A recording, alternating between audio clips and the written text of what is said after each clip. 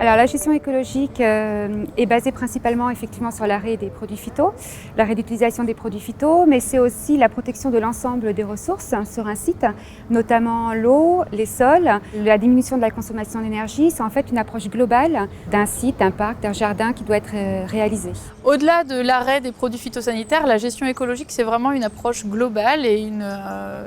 l'idée de revisiter l'ensemble des pratiques qui sont liées à l'entretien d'un site.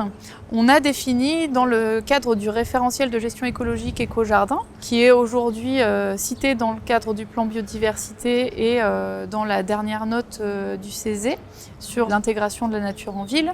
plusieurs domaines de gestion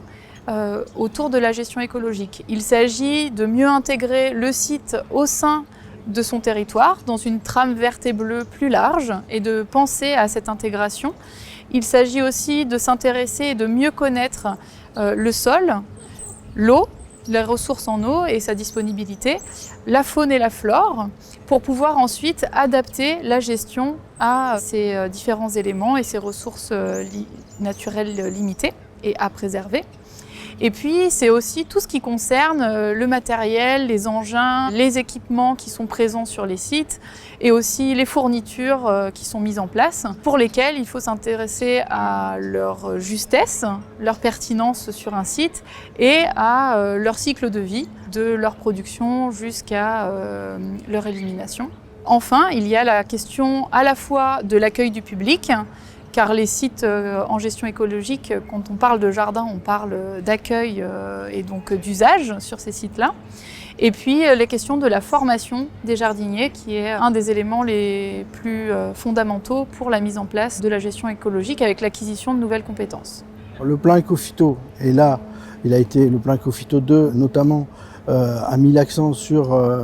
la réduction d'usage des pesticides dans les jardins, espaces végétalisés et infrastructures, puisque dans le cadre du plan Ecophyto, l'objectif de réduction dans ces espaces-là, il va au-delà du 50% de réduction, puisque on préconise d'aller vers le zéro pesticide chaque fois c'est possible. Donc on a pu démontrer de toute façon que c'était possible. Plus largement, bien sûr, cette mise en place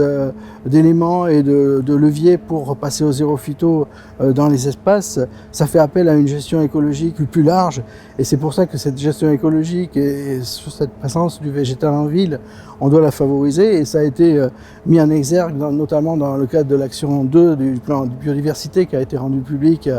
cet été par le gouvernement. Donc il faut promouvoir justement les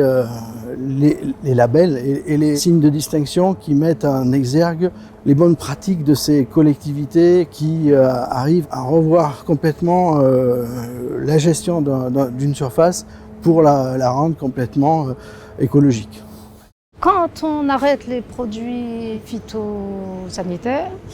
il y a une explosion de végétation spontanée et donc il faut continuer, il faut garder le contrôle, pas n'importe comment, et il faut trouver la bonne technique pour faire avec cette diversité végétale qui peut prendre une apparence très désordonnée, très brouillonne, ce qui peut poser des problèmes de perception et de relations entre le pouvoir public et les habitants. Il faut se doter des bonnes stratégies techniques pour intervenir à bon escient et il faut avoir un dessin dans la tête, un projet, de façon à donner une forme nouvelle, recevable, acceptable à cette nouvelle expression de la flore spontanée ainsi que de tout le cortège des animaux qui suit l'ensauvagement du végétal dans l'urbain. Donc décidément, la réponse à cette question, la gestion écologique, c'est la fin de l'utilisation des traitements chimiques, certainement pas. C'est le début, je dirais, c'est la première étape du processus.